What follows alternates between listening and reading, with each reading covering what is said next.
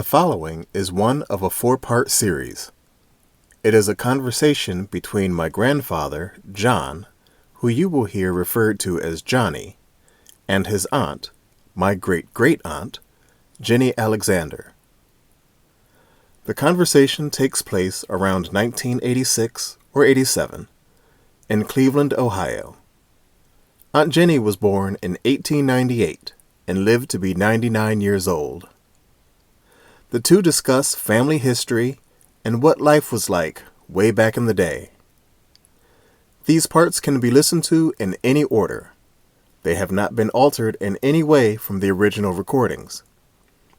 If the episode ends in the middle of a thought, that's just how it was recorded, and there is nothing to be done about it. I hope you enjoy this trip down memory lane, and as always, please like, comment, and subscribe. Enable notifications so you'll know when the next episode of the series is uploaded. And without further ado, let us begin. Yeah, some woman used to come from Cleveland. She come out there and take his money, take him up in the woods and take his money and come on back to Cleveland. Yeah, that's it. And he thought he was hot stuff. Talking that stuff. I said, Every time he get ready to go, Mama had to give him some money. And Mama was like this. She always had to show him what she had. And then when she get to show him, she didn't have enough because she take all of it. And now they learned me a lesson not to show what God. Yeah, but Tom was a mess. He was a humdinger. Was he living in Springfield when Grandma died? Yeah, he was there when Mom died. Yeah, I remember that. We went down on the train. Yeah. See, I was in Springfield on a Sunday, went down with the elves. And Mom was sitting on the porch. And we called Grandma Mom. And we used to call Mama Carrot Test. We got sweets and whoops and made it call Mama. And Grandpa never said Carrot, we said it too. So Grandma jumped off the porch and run. I come back, I told Mother Dad. And I said, you know one thing? I said, Grandma got off the porch and run. She said she did. She said, oh my goodness, that's a bad sign. I swear, she saw nothing. And Red and them had a picnic. They was going somewhere on the train. And I went out to the house that Sunday. He said, Jenny, ain't you going on a picnic? I said, no. And it made me so mad. I got so mad. I got chilly and went home. Now, they just asked me to go on a picnic. And I couldn't go, but I just, that Wednesday I was washing. And I happened to look out there, walking from the sidewalk. Here come the special delivery man. They found Grandma dead that Wednesday morning. Sent me a telegram. When they come back off the picnic, I told them that we had to go to Springfield because Mom died. I said, I don't know why it was. I just couldn't go, Johnny. And now sometimes they ask me to go somewhere, and if I get mad at women, don't tell me. I said, I ain't going now. And there's something going to happen. I don't know why. But I didn't go. Grandma died in 1928, and Rose was born in 1928. I know they come to Mom that Walter had done give you the bill as baby. And she come over that there. And let's see, who else was in? Somebody else was it? No. Somebody else done the same thing. So I said, well, I don't know. I said, if he did it, that's a pig in the bag. I said, if my brother, we'll throw our arms around and do all we can for him. And she sure was, no doubt about that. So I said, Yes, he walked all right. Yeah. Yes, sir. Well, I never will forget that. Eula Bell. Bert told me yesterday that Dolores' mother's in the hospital. She had to have blood transfusion. Oh, yeah? Yeah, they called her Rose. He said her name was Lillian. I said, did he say Lillian or something? Anyhow, I said, I thought it was Rose. He said that was her maiden name, Rose. When she's in the hospital, I called him and said, how's she doing? That's Dolores' mother. I said, He's always over there with Dolores now. Go out to Sherman as much as he did. They got like this now. Because I remember on 69th Street. Because when we went to Springfield, Massachusetts, Bert was there. Mm-hmm. Yeah, he was up there. And you know why he run up there? You just give this girl this baby, the Lois. Mm-hmm. And they was looking for him, and he went up there and stayed. Mm-hmm. That's why he was reading. He was up there.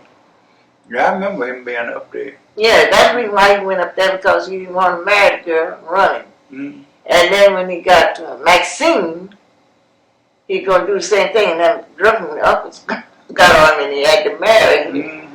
That's on his way. But Bert, and both of them girls is his. Boy, yeah, no doubt about it. Uh-huh. But Bert left when he turned the fan on.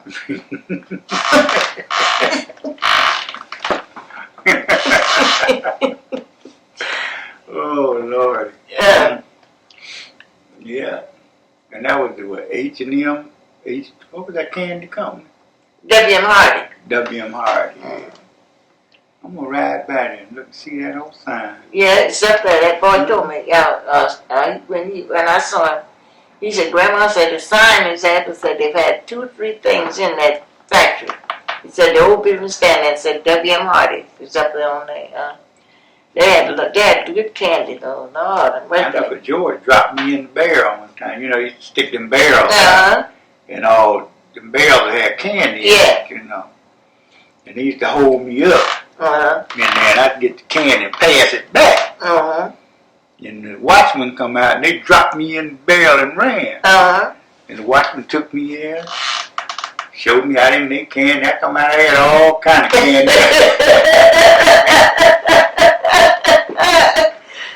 They sure did drop me in that barrel. Mm-hmm. Yeah, they dropped me and ran. Yeah, that was something though, wasn't it? The children didn't get in like that as they do now. But you know, they had the barrel factory across the street. And George, and can't think of that guy's name, used to live up on the corner. And I don't know, Wesley was in there, but a bunch of them, they had dug a tunnel from the barrel factory up under the middle of the street. No, damn Wesley. And they took me down in that tunnel. No, Lord. Yeah, put you in the tunnel. George took me down, had me crawling in that tunnel, you know. And Grandma found out about it. And she wore his tail out. Don't do it. You know, because, you know, the street could have caved in. Yeah, killed you. She wore his tail out. But yeah, that tunnel was deep up under there. Ain't that something? I wonder if it's still there now. No, I don't know. I guess maybe not, because I don't even know if the barrel factory is still there. But W.M. Hardy's still there. On this side of W.M. Hardy, when we come in on the bus, I look down there and it's all grassy. You know, where Mama's house and yeah, because Smedley lived in the front, in the big house, and we lived in the little house in the back. Yeah, well, all them houses tore down on this side. He must live on the other side. Because I remember Grandma Knox. She made some rice one time in a double boiler. I don't know how she did it, but I never tasted rice like that since. There was something about that rice. I love that rice, and I don't know what she did or what. But I remember it was a double boiler. Grandma used to cook all this stuff. And we'd go out there and garden and get all this stuff. We have a big pot of hot liquor.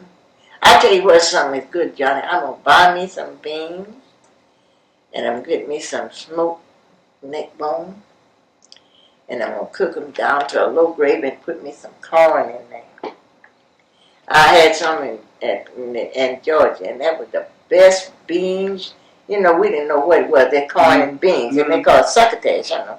And they said succotash. I said, what is that? And it wasn't nothing but corn and beans. And we didn't know the name of it. We just said corn and beans. Just go out there and you can go pick some corn, pull it, and then shuck it and cut it off, put it in there. There ain't many used to cook there. Over by the mountains. Grassy mountains. But Grandma used to cook green beans. And she cooked them, and when they get all about done, she put potatoes in and lay them on top. And then put corn on the cob on the top. And that was, and just let it just steam, let that corn stuff steam. That was good. Oh, it would be so good. You know what? Now that's the way they cooked in the southern state. But they don't do that here. The double boil. We'd have this one pot, and all that was cooked in one pot. Mm-hmm. Now they had them little potatoes like that, and they scrape them, you know, white. They call them iced potatoes. They call them white potatoes here, and put them in the pot and cook them. They sure is good. Little red potatoes. I'm gonna get me some too, John. And she take peel apples with the sheet up on the top of the porch. And you slice them apples and lay them up there in the sun. Yeah, dried apples. And she bag them up, man, and well, it'd be cold outside. She'd bring them apples out. Yeah. Make them fried pie. Yeah, well, you know what, John? That's why we did peaches. They call them dried apples and did peaches. They had that all. You peel them and put them in the sun would cook them. And then when I first came to they called it, they had strawberry sunshine. You put the strawberries out and the sun would cook them and draw the juice out of them and they'd be sitting up like that. They used to make, when I first came here, that's all they did was strawberries. So they didn't dry no fruit, but they had the strawberry sunshine. That's what they called it. They have a porch upstairs with that balcony and they put the berries out there and put the grass up over so it could cook.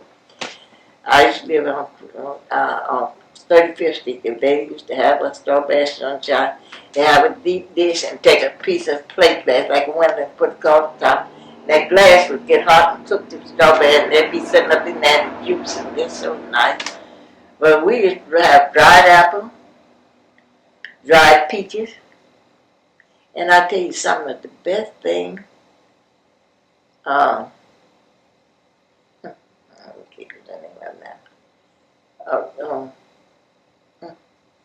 I buy them all the time. Raisin. You know, when I was a girl, they didn't have no raisin in the box. Johnny, they was on stems, and they were dried and flat, and they were the best, sweetest raisin. Oh my goodness, they had me Christmas time. Raisin on just like grapes, but they'd be flat, dry, and they was good color. Cause they nothing but dried grape. Yeah, but Johnny, they was sweet and good. And all the candy, you know, that's all they had. Orange apples and all the candy. And bananas. And grapes. And it was good. Every Christmas we'd have that. Oh my goodness, we'd look forward to that. We'd have a big bunch of them. And it'd be real flat, dry. And then we'd dry apple, peaches. And I tell you something else is good, Johnny. Is the apple cake. You know, they take the apples and dried apples and cook them and cook gingerbread and put a layer of apples, dried apples, and a layer of gingerbread and then let it stand. Oh, I haven't had them in a long time. Mom used to make that was a layer cake. Dried apples and the gingerbread. The ginger cake would make it hit and put it on top and put these apples in there and put that, and then the top, last one was the top. And that ginger would go all through them apples, you know. Oh, Johnny, that was something good. That sounds good too. We children used to have all of that. I think that's the reason why that the children was healthy. They wasn't always sick. Now they didn't never have nothing like that. Now the children got cancer. They got everything old folks have. Got arthritis. They didn't have that when I was a girl. Didn't no children have nothing. Just get little children's disease. Yeah, well now we had whooping cough, and I never had the measles till I was a big girl. And we had the measles, and we had the mumps. But that's all, children's disease. But now the children got it. I said, oh my goodness, they got everything no folk got. But they didn't have that when I was a girl. Just like I say, we'd go get them herbs out there and give it to the kids. Now, that wasn't costing nobody nothing. Go out there and pull up the grass and You go pull that grass up and that root would be this as yellow as it could be. You pull up the grass out here, the roots is white. The same roots, but it's a yellow root. And we use that. And then go down there and break this limb off this tree and throw diarrhea. You give you that molasses and sulfur in the spring. Yeah. And that'll be your springtime. Yeah. And in the fall, they give you that Seneca tea. Yeah. That stuff would clean you out so it'll beat your bowels. But you know, Johnny, I think the people did that, they was healthier than these people today. Mm-hmm. Yeah, because you got rid of all that junk from the sun. Yeah. We got to take that, but Grandma and them were taking and make tea. And then I tell you another thing, they take, you know, pine needles, you know, on the tree. Mm-hmm. They take them pine needles and boil them, make a tea out of that, and give it to you. Pine needle tea. It tastes like pine, you know. Mm-hmm. All that was free. Now that's the way they doctored all the people. They had to because they didn't have no money to buy nothing, you know. But all this I'm telling you, just is sure in my name, that pick a pear. It passed gallstone. That tree down there in the garden, we had the flux they call it. Diarrhea now. Mm-hmm. Go get that bush and break it off and drink it. We were through with that. And all that was free. Mm-hmm. Mm-hmm. Well, I think they're getting back to some of that now. Some of these doctors are going back to some of that. Mm-hmm. See, they don't know why it worked, but it did. Yeah, it did. Everything. So just like I told, I had Dr. Lehman, he was in there just laughing. He said, Jenny, did anybody have some? I said, well, I'll tell you now, doctor. I said, I don't know what you call it, but I said, they call it rheumatism. He said, Jenny, that's arthritis. And he got to go. I said, we didn't know about no arthritis. We said rheumatism. That's right. Mm-hmm. Sure, sir. And then there's another thing that's good. You can't get it now. The last I got was 38th in the Central with little white peppers. Grandpa would get the gum whack. It looks just like it's a dark, but it's got specks in it like silver. And he'd break that up and put it in whiskey and drink it. And Grandpa'd be up walking around good. And it would work his bottle off and it would turn the whiskey red. And the last gum whack I got was at 38th and Cedar. And, Central. I was working for Mrs. Fredette. And she couldn't get up and down the steps. So she said, Jenny, do you know anything that's good? I said, yes. And she said, well, where you get it at? I said, 38th. And he went downtown all the drugstore, so he called back and said, tell Jenny I can't find it. I said, tell him go to 38th and Central. He went to 38th and Central, got these little white pebbles. It was gum whack. Mm-hmm. And she put it in this whiskey and drank it. And so she got all right. She said, now I said, I ain't going to tell you nothing else. She said, now when you go in there, you ask the man, have he ever heard of it before? Did it do anything for you? He asked him. He said, the man said that she must be a Southerner. Said that all the Southern people know about that. That's real good.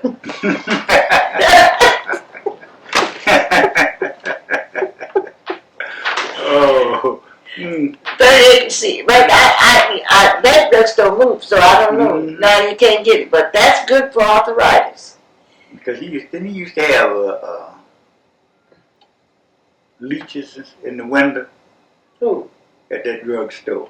I don't know. It might have something like that. Leeches in the window. Yeah, 38 and 7. Niggas black each other's eye and they go get leeches. Yeah, put on it, yeah. Mm-hmm. Well, 38 and 7, they had them little white pebbles. There's little bitty things in there. But Grandpa's rock was a rock. It was black with white. There's specks in it. And he pounded up Pa would and put in there. Pa would get a half a gallon of whiskey. And that would last for 3 or 4 years. And that's all he'd do is put this gum whack in this whiskey and drink off of it when his legs would start hurting. And it's cloudy, wet, rainy weather, his legs would bother. Other than that, it wouldn't. Now, the sunshiny weather, Grandpa would drink that gum whack and whiskey.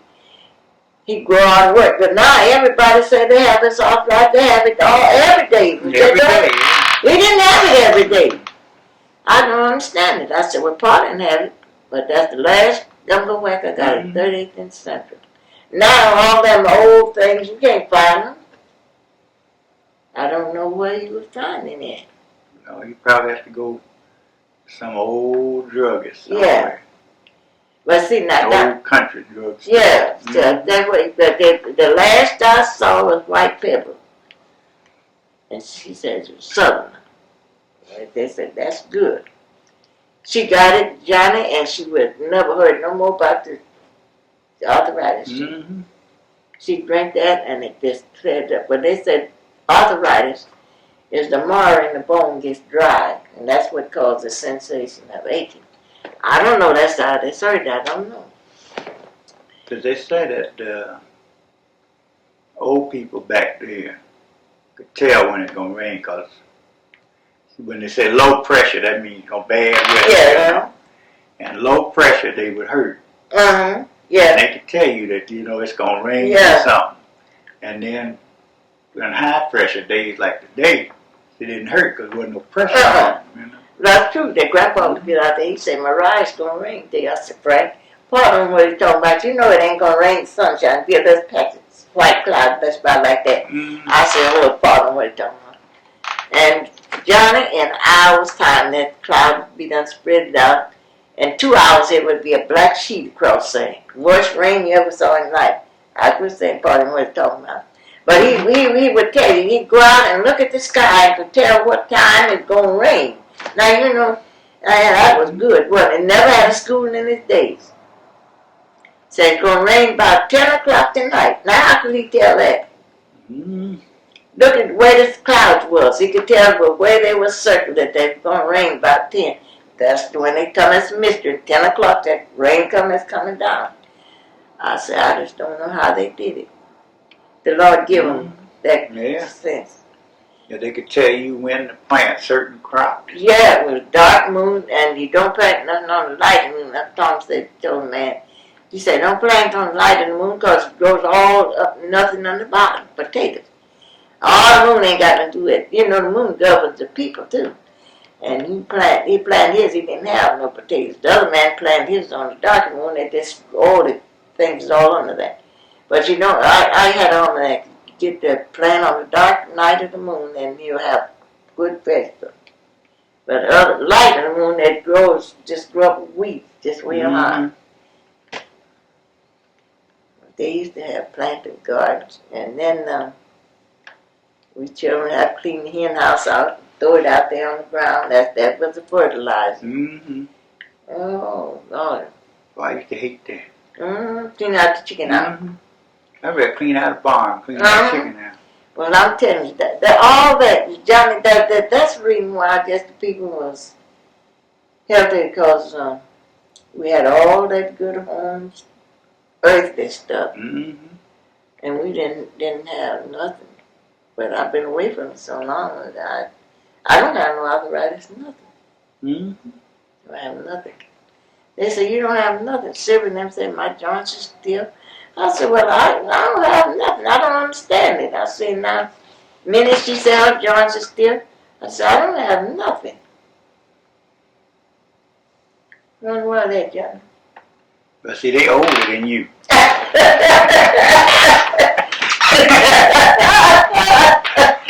That's big good.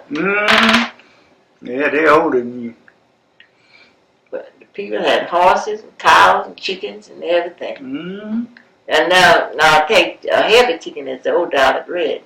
The people had the dominant and Guinness, Now when I went out to Bruce's house, Guinness is the same as a watchdog.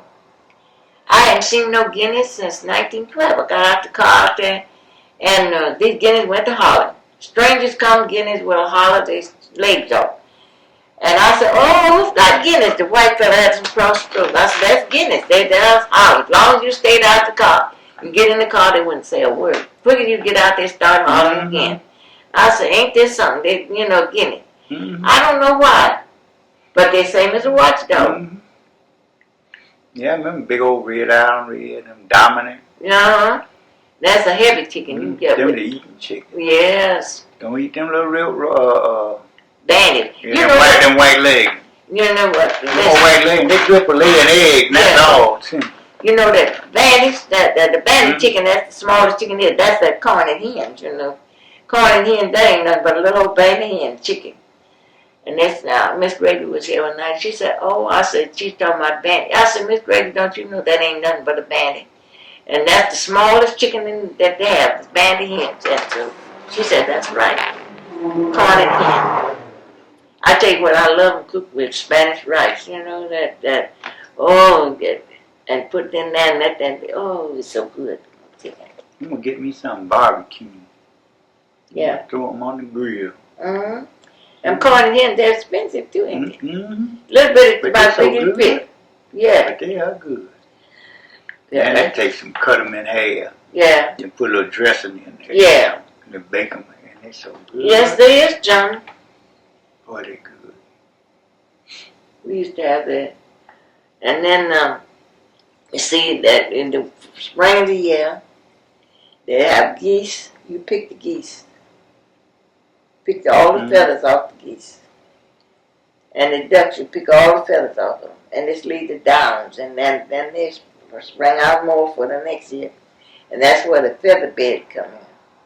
Take them feathers and make a bed. Mattress full of feathers. Well, see, they didn't waste nothing. No. No, they didn't waste nothing. No, grandma kept them ducks, and we had a goose, and she catch. We have to catch the goose, and grandma pick the goose, and there wouldn't be nothing but downs left on. It'd be full of down, and you take them and put that in the bag, and you keep on till you have enough to make a feather bed. That mattress would be full of feathers and put on top of the straw mattress.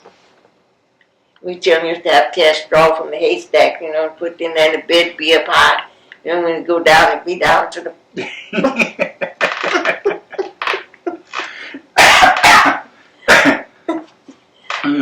Ain't that something, John? That's true. It is. Yeah, at first it'd be all fluffy and soft. Yeah, well, passing it down. Yeah, and keep going down. And then grandpa and I would put the feather bed on there. That would keep you from taking all the rib. No, and then we had a company bed. Nobody slept in that every day, When company come, that's a company bed. Yeah, it's like a parlor. Mm-hmm. You had no light in there. The company come. Keep the shades down, drapes, drawers. Yeah. Ain't that something? Company come, they air it out and dust it. Yeah, company be in there. But now, everything's nothing. I think my parlor, the kitchen. Yeah. Everybody congregate in the kitchen. Yeah. I said, Yeah. I got to fry some chicken tomorrow. I told Carolyn, she called me. I told her to bring me some chicken. Cut up chicken, and I put in some seasoning salt tonight, fried tomorrow for send out to Birdales. He's our vice president and ushers. And I called the president. He said he didn't know nothing about it. I told him yesterday. And then we got a contact committee. I said, That's something. She died in Cleveland Clinic. I don't know what was wrong with her. She got one son. You ever been out to Banbury? It's out there off Miles. You go down Miles and then you turn back, come back this way. And it's at Banbury.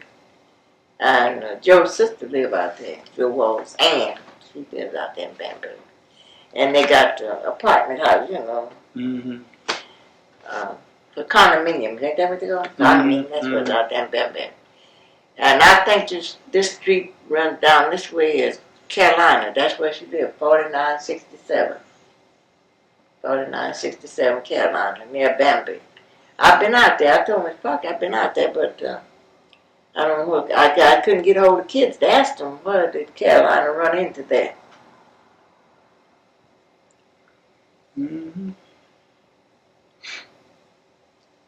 But there's so much. Oh my goodness.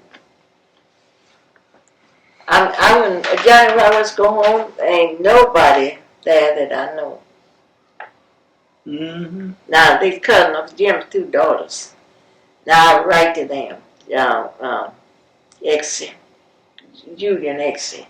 Last time I seen them, they was like this. And saw Leonard and them had on rompers.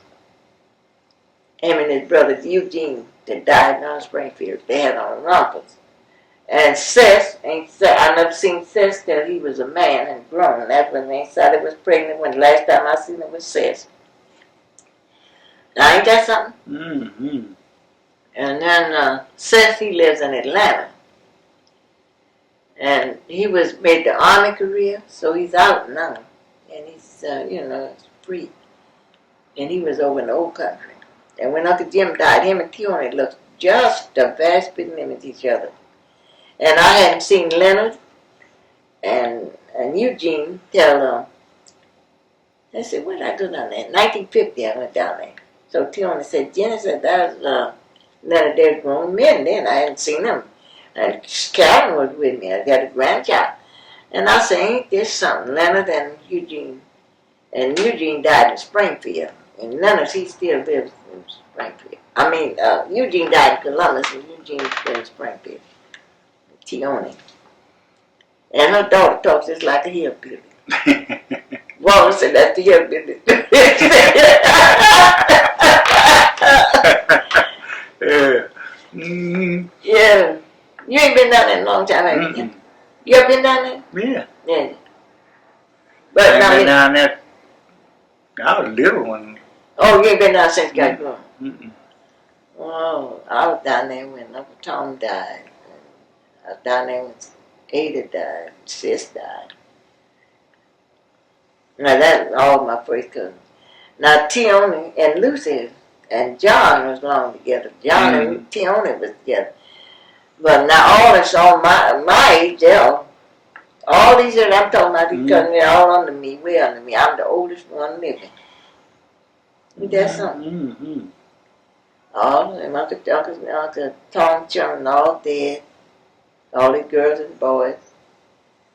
Son, he's dead. And Chester. Now Chester was. The youngest one. He killed a man. Yeah, that's the one. That was the bad. Yeah, Chester. Mm-hmm. He died in Columbus, I think. And Ada, that's John Elijah's mother. Mm-hmm. Sis, she had adopted daughters.